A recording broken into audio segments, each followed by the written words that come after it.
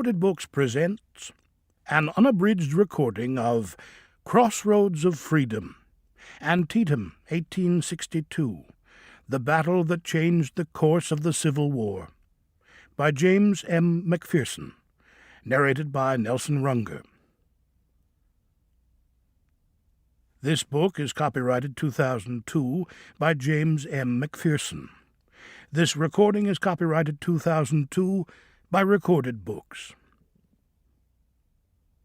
The Battle of Antietam, fought on September 17, 1862, stands as the bloodiest single day in American history. More than 6,000 soldiers were killed, and though it would drag on another 2.5 years, when the fighting ceased, the Union could claim victory in both the battle and the war. Because of the success at Antietam, Lincoln delivered the Emancipation Proclamation, freeing the slaves in the South and changing the course of American history. And now, Crossroads of Freedom.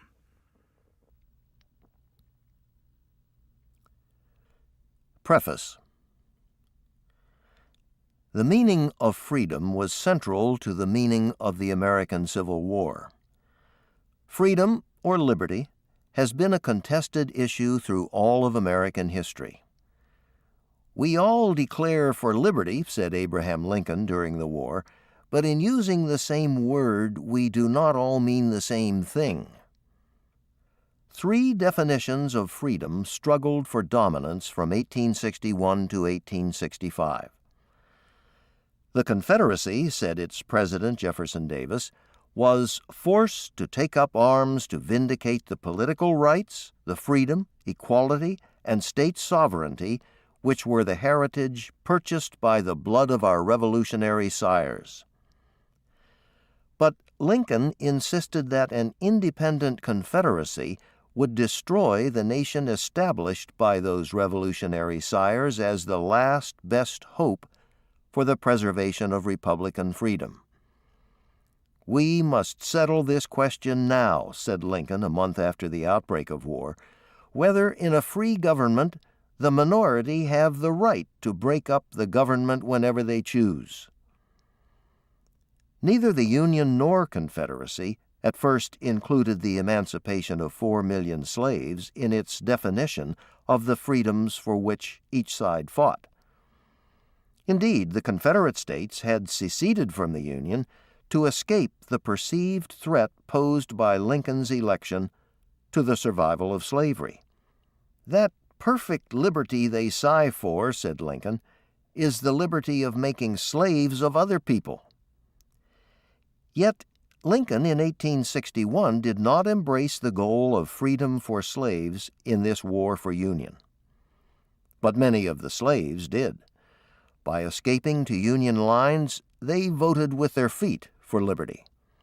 They took the first steps toward expanding the North's definition of the freedom for which it fought to include their freedom. In the spring of 1862, however, a succession of Northern naval and military victories seemed to foretell imminent defeat of the Confederacy and restoration of the Union as it was, a union with slavery.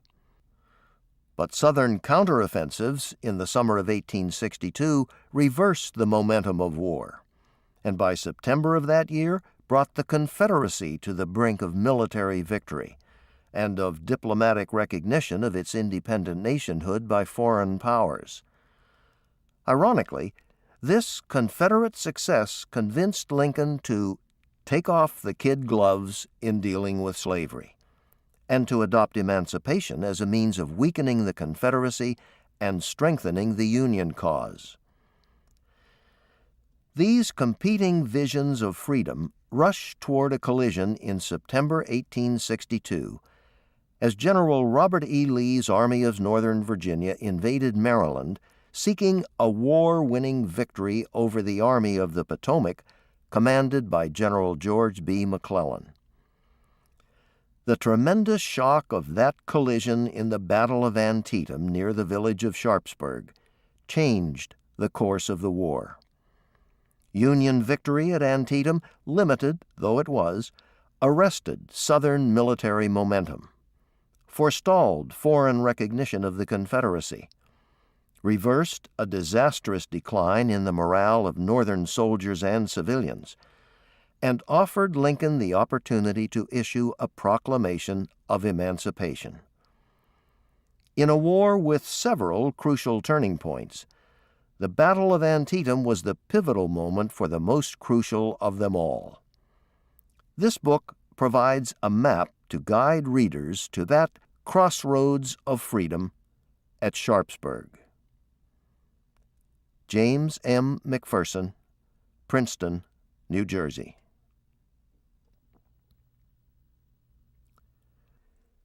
Introduction. Death in September. Despite the ghastly events of September 11, 2001, another September day 139 years earlier remains the bloodiest single day in American history. The 6,300 to 6,500 Union and Confederate soldiers killed and mortally wounded near the Maryland village of Sharpsburg on September 17, 1862, were more than twice the number of fatalities suffered in the terrorist attacks on the World Trade Center and the Pentagon on September 11, 2001. Another 15,000 men wounded in the Battle of Antietam would recover, but many of them would never again walk on two legs or work with two arms. The number of casualties at Antietam was 4 times greater than American casualties at the Normandy beaches on June 6, 1944. More American soldiers died at Sharpsburg, the Confederate name for the battle, than died in combat in all the other wars fought by this country in the 19th century combined. The War of 1812, the Mexican-American War, the Spanish-American War, and all the Indian Wars. Even at the distance of 140 years, such statistics send a shiver down one's spine.